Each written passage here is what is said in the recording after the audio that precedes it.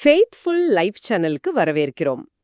விசுவாசத்தின் ஜாம்பவான்களைப் பற்றி ஆழமாக ஆராய்ந்து கடந்த காலத்திலிருந்து இன்று வரையுள்ள சிறந்த உபதேசங்களை வெளிக்கொண்டு வரும் சீர்திருத்தப்பட்ட இறையியலின் ஆழத்தை உங்கள் திரைக்கு கொண்டு வரும் சேனல் இது. சரி, இன்னைக்கு நாம ரொம்ப நேரடியான ஒரு கேள்வியோட ஆரம்பிக்கலாம். கடவுள் ஒரு பாவிய நிஜமாவே எப்படி ரட்சிக்கிறார்? அதாவது ஒருத்தர் தவறாம சர்ச்சுக்கு போயிட்டு ஜெபம் பண்ணிட்டு பார்க்கறதுக்கு ரொம்ப பக்தியா இருந்துகிட்டே உள்ளுக்குள்ள மனம் திரும்பாம கடவுளோட உண்மையான சமாதானம் இல்லாம இருக்க முடியுமா? இதுதான் ரொம்ப முக்கியமான கேள்வி. ஏன்னா இதுக்கு பதில் தெரியாம நிறைய பேரு தங்களோட மத நடவடிக்கைகளே வச்சு தங்களை ஏமாத்திக்கிறாங்க. அவங்க ஒரு போலியான சமாதானத்துல வாழ்ந்துட்டு இருக்காங்க இல்லையா? கரெக்ட். இந்த கேள்விகளுக்கு பதிலா இன்னைக்கு நாம ஜார்ஜ் ஒயிட்ஃபீல்ட் கொடுத்த ஒரு புகழ்பெற்ற பிரசங்கத்தை ஆழமா பார்க்க போறோம். அதோட பேரு கிருபையின் வழிமுறை. The method of grace. ஆமா, இது ஏதோ சரித்திரத்துல படிச்சுட்டு போற விஷயம் இல்ல. இன்னைக்கும் நம்ம மனசுல நேரா பேசக்கூடிய ஒரு உயிருள்ள செய்தி இது. நிச்சயமா. ஜார்ஜ் ஒயிட்ஃபீல்ட் யாருன்னு தெரியாதவங்களுக்காக ஒரு சின்ன அறிமுகம். அவர் 18ஆம் நூற்றாண்டுல அமெரிக்காவிலையும் இங்கிலாந்துலயும் நடந்த மாபெரும் எழுப்புதல், அதாவது தி கிரேட் அவேக்கனிங் காலத்துல ஒரு பெரிய புயலையே உண்டாக்குன பிரசங்கியார். நீங்க மறுபடியும் பொறக்கணுங்கிற செய்திக்காக ரொம்ப பிரபலமானவர் தானே? அதேதான். அந்த செய்தியை ரொம்ப உணர்ச்சி பூர்வமா அதிகாரமா பிரசங்கிச்சார். அப்போ இந்த பிரசங்கம் யாருக்காக கொடுக்கப்பட்டுச்சு?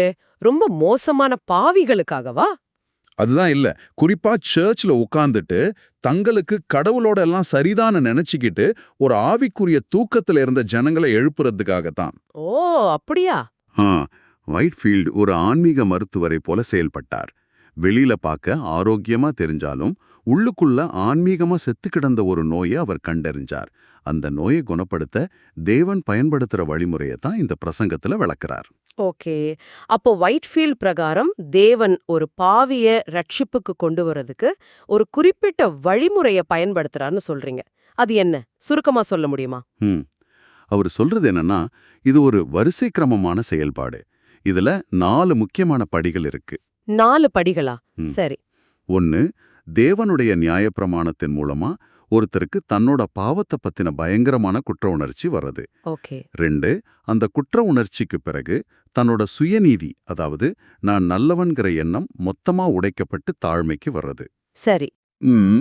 அந்த டெஸ்பரேட் நிலையில இரட்சகரான இயேசு கிறிஸ்து யாருன்னு அவங்களுக்கு வெளிப்படுத்தப்படுறது. அப்புறம் கடைசிப்படி பரிசுத்த ஆவியானவரால அவங்களுக்குள்ள ஒரு புது இருதயம், அதாவது மறுபிறப்பு உண்டாகிறது. வாவ், இது கேக்குறதுக்கே ரொம்ப தீவிரமா இருக்கு.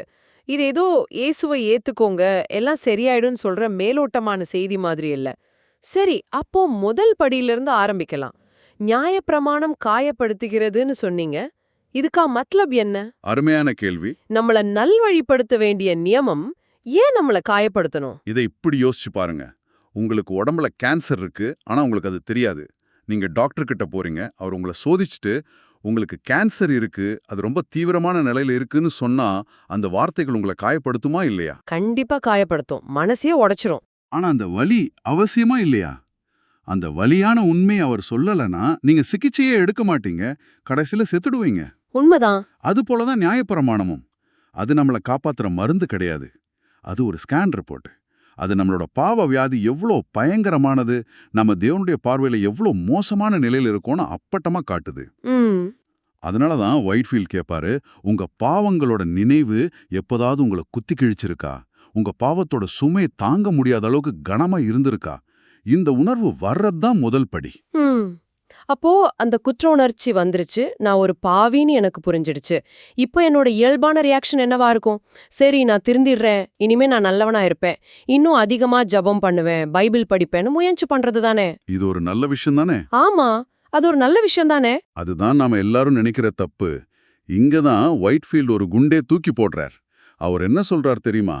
நீங்க செஞ்ச உங்க வாழ்க்கையோட மிகச்சிறந்த ஜெபத்துக்காகவே கடவுள் உங்களை தண்டிக்க முடியும்னு சொல்றார். ஒரு நிமிஷம், என்ன சொன்னீங்க? நம்மளோட சிறந்த ஜெபத்துக்காக கடவுள் நம்மள தண்டிப்பாரா?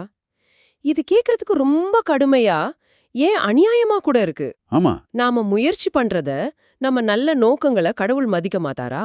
பாருங்க, இதுதான் ஒயிட்ஃபீல்டோட செய்தியோட மையம். அவர் நம்மளோட மறைவான சிலையை உடைக்க பார்க்கறார். அது என்ன சிலைன்னா, என் ரட்சிப்புல எனக்கும் ஒரு சின்ன பங்கு இருக்குங்கிற நம்பிக்கை தான். ஓ, யோசிச்சு பாருங்க, நம்மளோட சிறந்த ஜெபத்துல கூட கடவுளே நான் எவ்வளோ பக்தியா ஜெபம் பண்றேன் பாருங்கங்கிற பெருமையோ நான் என் கடமையை செஞ்சுட்டேங்கிற சுயநலமோ கலக்காம இருக்குமா? இருக்காது. தேவனோட அளவுகோல் நம்மளோட அரைகுறை முயற்சி இல்ல, அவரோட பரிபூர்ண பரிசுத்தம். அப்போ முழுமையான சீர்கேடு, அதாவது டோட்டல் டிப்ராவிட்டிங்கிற இறையியல் கோட்பாட்டை பத்தி தான் இங்க பேசுறீங்களா? மிகச்சரியா. ஆனா அந்த வார்த்தை பலரையும் குழப்புது. டோட்டல் டிப்ராவிட்டினா நாம எல்லாரும் நினைக்கிற அளவுக்கு ரொம்ப மோசமானவங்களா இருக்கோம்னு அர்த்தம் இல்ல. இதை இப்படி புரிஞ்சுக்கலாம். சரி. ஒரு பெரிய ஜக் நிறைய தண்ணி இருக்கு, அதுல ஒரே ஒரு சொட்டு விஷம் விழுந்துருச்சு. இப்போ அந்த விஷம் கண்ணுக்கு தெரியாது, தண்ணி பார்க்க நல்லா தான் இருக்கும். ஆனா அந்த ஜக்ல இருக்கிற முழு தண்ணியும் இப்போ விஷம்தான், இல்லையா? ஆமா, கரெக்ட். அது மாதிரி தான் பாவம் நம்மளோட எல்லா பகுதியும் பாதிச்சிருக்கு. நம்ம புத்தி, நம்ம விருப்பம், நம்ம உணர்ச்சிகள். அதனால நாம செய்யற நல்ல காரியங்கள் கூட தூய்மை இல்லாத நோக்கங்களால கரைப்பட்டிருக்கு. அதனால தான் ஏசாயா சொன்ன மாதிரி நம்ம நீதி எல்லாம் அழுக்கான கந்த மாதிரி இருக்கு. எக்ஸாக்ட்லி.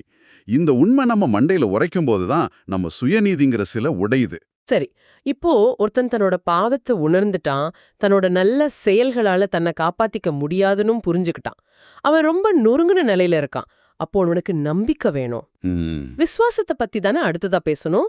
ஆனா வைட்ஃபீல்ட் இங்கேயும் ஒரு ஆச்சரியமான விஷயத்த சொல்றாருன்னு கேள்விப்பட்டேன். ஆமா, இதுதான் 3வது படி.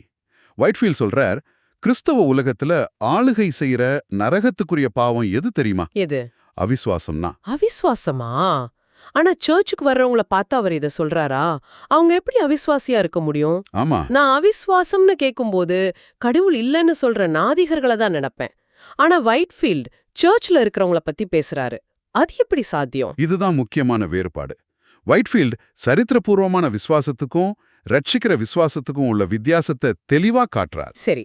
இயேசு இந்த உலகத்துல வாழ்ந்தார், சிலுவையில மரிச்சார், உயிர் தெழுந்தார்ங்கிற சரித்திர உண்மைகளை நம்புறது வேற. வைட்ஃபீல்ட் சொல்றார், பிசாசு கூட இதை நம்புறான், அவன் நம்பி நடுங்குறான். ஆனா அது அவனை ரட்சிக்கலையே. அப்போ ரட்சிக்கிற விசுவாசம்னா என்ன? அதை இன்னும் கொஞ்சம் விளக்க முடியுமா? நிச்சயமா. இந்த அனாலஜியை கேளுங்க. நீங்க கடல்ல மூழ்கிட்டு இருக்கீங்க, தூரத்துல ஒரு படகு வருது.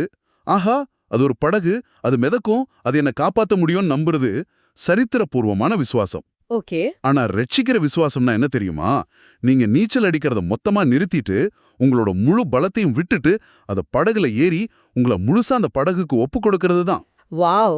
நிறைய பேர் சர்ச்ல இயேசுவை பற்றி நம்புறாங்க, ஆனா அவங்க உண்மையா தங்களோட சுயமுயற்சியை விட்டுட்டு இயேசுங்கிற படகுக்குள்ள இன்னும் ஏறவே இல்ல. வைட்ஃபீல்டு கேட்கிற கேள்வி நம்மள உழுக்குது. கர்த்தாவே, எனக்கு விசுவாசத்தை தாரும்னு உங்க இயலாமைய உணர்ந்து எப்பவாவது கடவுளுக்கிட்ட கதறி இருக்கீங்களா? இது ரொம்ப ஆழமான விளக்கம். அப்போ ஒருத்தர் தன்னோட பாவத்தை உணர்ந்து சுயநீதி பயனற்றதுன்னு புரிஞ்சு தன்னோட விசுவாசம் கூட போலியானதுன்னு குற்ற உணர்வோட நிக்கும்போது அவனுக்கு என்னதான் வழி? இது ரொம்ப நம்பிக்கையற்ற நிலை மாதிரி தெரியுதே. ஆமா, இதுல எங்க நற்செய்தி இருக்கு? இது ஒரு அருமையான கேள்வி. ஏன்னா இதுதான் அந்த அறுவை சிகிச்சை மாதிரி. அந்த வலி ரொம்ப கொடூரமா இருக்கும். ஆனா அந்த வலி தான் உங்களை கொல்ல போற கேன்சரை நீக்கிறதுக்கு ஒரே வழி. சரி சரி. வைட்ஃபீல்டு நம்பினார், இந்த வலியான அறுவை சிகிச்சையை தவிர்க்கிற எந்த ஃபீல் குட் நற்செய்தியும் கேன்சரை உள்ளேயே விட்டுடுது. இந்த டெஸ்பரேட் நிலை தான் உண்மையான ஒரே மருந்துக்காக, அதாவது கிறிஸ்துவுக்காக ஒருத்தரை இயங்க வைக்குது. இதுதான் 4வது மற்றும் கடைசி படி, கிறிஸ்துவை பற்றிக் கொள்ளுதல். அப்போ இதுதான் சுவிசேஷத்தோட இதயம். இயலாமையை உணர்ந்து கிறிஸ்துவ விசுவாசிக்கும்போது சட்டப்படி ஒரு அற்புதம் நடக்குது. அதுக்கு பேரு ஜஸ்டிஃபிகேஷன், அதாவது நீதிமானாக்கப்படுதல். சிலுவையில நம்ம பாவமெல்லாம் கிறிஸ்துவோட கணக்குல வைக்கப்பட்டுச்சு. பதிலுக்கு அவரோட பரிபூரணமான நீதி நம்ம கணக்குல வரவு வைக்கப்படுது. The Great Exchange. ஆமா, தி கிரேட் எக்ஸ்சேஞ்ச். இதை நாம விசுவாசத்தால பெற்றுக்கொள்ளும் போதுதான் தேவன் நம்ம ஆத்துமாவுல உண்மையான நித்திய சமாதானத்தை பேசுறார். இதுதான் மறுபிறப்பு. இத மனுஷன் செய்யவே முடியாது. இது முழுக்க முழுக்க தேவனுடைய இறையாண்மையுள்ள கிருபையான செயல். அப்போ வைட்ஃபீல்டோட நோக்கம் ஜனங்களை பயமுறுத்தி அவமானப்படுத்தி நம்பிக்கையற்ற நிலையில விடுறதில்ல. கண்டிப்பா இல்ல. அவருடைய இருதயம் ஒரு மெய்ப்பனுடைய இருதயம். அவர் 3 விதமான மக்களுக்கு பேசுறார். ஓகே, யாருக்கு? 1, தாங்கள் கிறிஸ்தவங்கன்னு நினைச்சுக்கிட்டு ஆவிக்குரிய தூக்கத்தில் இருக்கிற பாவிகளை எழுப்புறது. 2, தங்களோட நல்ல செயல்களையும் மதச் சடங்குகளையும் நம்பி தப்பான நம்பிக்கையில் இருக்கிறவங்களோட கண்ணை திறக்கிறது. சரி, மூணாவது, கடைசியா மூணாவது, தங்களோட பாவ உணர்வால நசுக்கப்பட்டு எனக்கெல்லாம் ரட்சிப்பு கிடைக்குமான்னு நடுங்கிட்டு இருக்கிற உண்மையான விசுவாசிகளை தேற்றி அவங்களோட நம்பிக்கை கிறிஸ்துவ மேல மட்டும்தான் இருக்கணும்னு தைரியப்படுத்துறது. அப்போ இந்த செய்தியை கேட்டுட்டு இருக்கிற உங்களுக்கு ஒயிட்ஃபீல்ட் மூலமா தேவன் என்ன சொல்றாருன்னா, ஆமா, ஒருவேளை நீங்க உங்க ஒழுக்கமான வாழ்க்கையிலயோ மதச் சடங்குகள்லயோ ரொம்ப பாதுகாப்பா உணர்ந்தீங்கன்னா ஒயிட்ஃபீல்டோட வார்த்தைகளை கொண்டு உங்களை நீங்களே நேர்மையா சோதிச்சு பாருங்க. ம் தேவனிடமிருந்து வந்ததா இல்ல நீங்களே உருவாக்கி கொண்டதான்னு கேளுங்க. இன்னொரு பக்கம், உங்க பாவத்தோட சுமையால நீங்க நசுக்கப்பட்டு உங்க அவிசுவாசத்தால கலங்கிட்டு இருந்தீங்கன்னா உங்களுக்கு ஒரு நல்ல செய்தி இருக்கு. என்ன அது? கிறிஸ்து தான் உங்களுக்கான ஒரே புகலிடம். அவரால நிராகரிக்கப்பட மாட்டோன்னு பயந்து நிக்காதீங்க. வருத்தப்பட்டு பாரஞ்சுமக்கிறவர்களே, நீங்கள் எல்லாரும் என்னிடத்தில் வாருங்கள், நான் உங்களுக்கு இளைப்பாறுதல் தருவேன்னு அவர்தான் கூப்பிடுறார். இரட்சிப்பு நாம சம்பாதிக்க வேண்டிய விஷயம் அல்ல, அது கிருபையால விசுவாசத்தின் மூலமா மட்டுமே கிடைக்கிற இலவச பரிசு. இந்த ஆழமான அலசலோட இறுதியில உங்களுக்காக 2 சிந்தனை கேள்விகள். முதலாவது, உங்களை கிறிஸ்துவுக்கிட்ட கொண்டு வந்த பாவத்தை பத்தின ஆழமான தனிப்பட்ட குற்ற உணர்வை நீங்க எப்போவாது அனுபவிச்சிருக்கிறீங்களா? இரண்டாவது, நீங்க தேவனுடைய கிருபையை மட்டுமே முழுமையா நம்பியிருக்கீங்களா, இல்ல உங்க ரட்சிப்புக்காக உங்க சொந்த முயற்சிகளையும் நல்ல குணங்களையும் கொஞ்சமாவது நம்பியிருக்கீங்களா?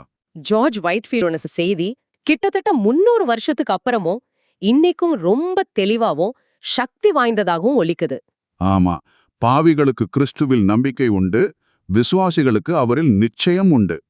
எல்லா மகிமையும் புகழும் தேவனுடைய ஒப்பற்ற இறையாண்மையுள்ள கிருபைக்கே சேரணும். சீர்திருத்தல் மற்றும் எழுப்புதல் காலத்தின் இந்த மாபெரும் குரல்களை தொடர்ந்து கேட்க ஃபெய்த்ஃபுல் லைஃப் சேனலுக்கு சப்ஸ்கிரைப் பண்ணுங்க.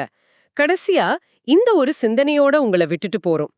ஒயிட்ஃபீல்டோட இந்த பிரசங்கம் நாம அடிக்கடி கேட்க தயங்குற ஒரு கேள்வியை நம்மளை கேட்க வைக்குது. கடவுளோட எனக்கு இருக்கிற சமாதானம் உண்மையிலேயே என் ஆத்துமாவுல அவர் செஞ்ச அந்த ஆழமான சிலுவையின் கிரியையோட விளைவா, இல்ல என் உண்மையான ஆன்மீக நிலையை எதிர்கொள்ள பயந்து நானே எனக்காக உருவாக்கிக்கிட்ட ஒரு போலியான சமாதானமா?